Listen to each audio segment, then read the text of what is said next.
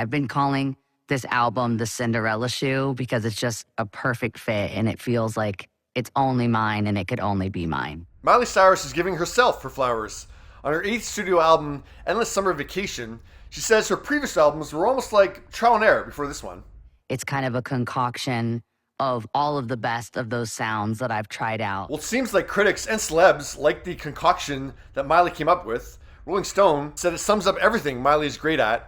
In Miley's Instagram comments, Chelsea Handler wrote, "This album is ducking awesome and incredible. It's so much fun watching you grow and embrace yourself in this way. A role model for women. I love you." The fun thing is if you're a friend of mine, if you're close to me and you listen to this album, it sounds like a conversation with me. Emily Ratajkowski had hard eyes for it, while Lindsay Lohan was all heart.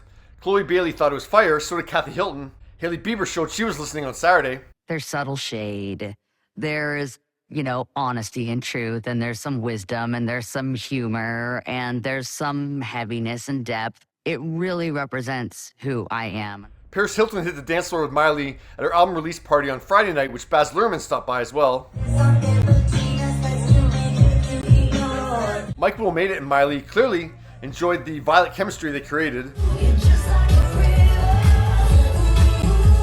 But Miley really let loose when River came on.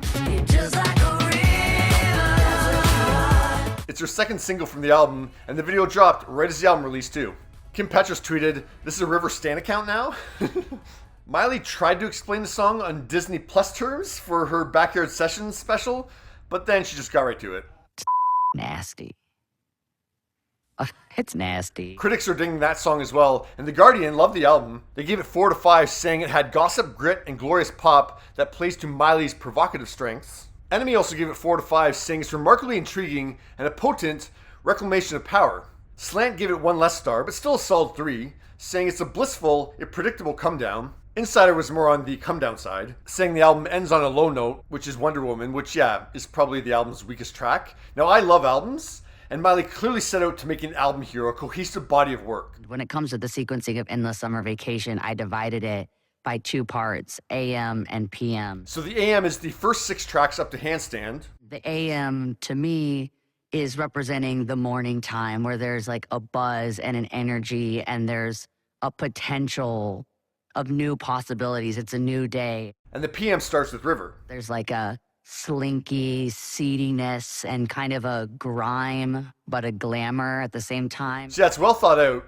Variety said Miley definitely balances mellow gold and dance pop. This is a very solid album. Like, I need more listens to really determine my final grade, but right now I'm giving it a B+. The unique thing about this album is that I think it almost works better as a 12-track collection of songs. Like, individually, there's some standouts here, like Jaded, Island, Rose-Colored Lenses, and of course, Flowers. The other tracks I'm not sure I'm going to listen to that much on their own. Like, I don't think I'm going to be thinking, 2 weeks from now, I really want to hear You right now, or I really want to hear Wild Card right now. They're more album tracks that are good, but I don't think I'm going to listen to them on their own. So right now, I'm saying this is a very, very, very high B+. It might go to an A- once I listen to this a little bit more. But yeah, very solid album from Miley. What are you thinking, or what's your first takeaway from her Endless Summer Vacation?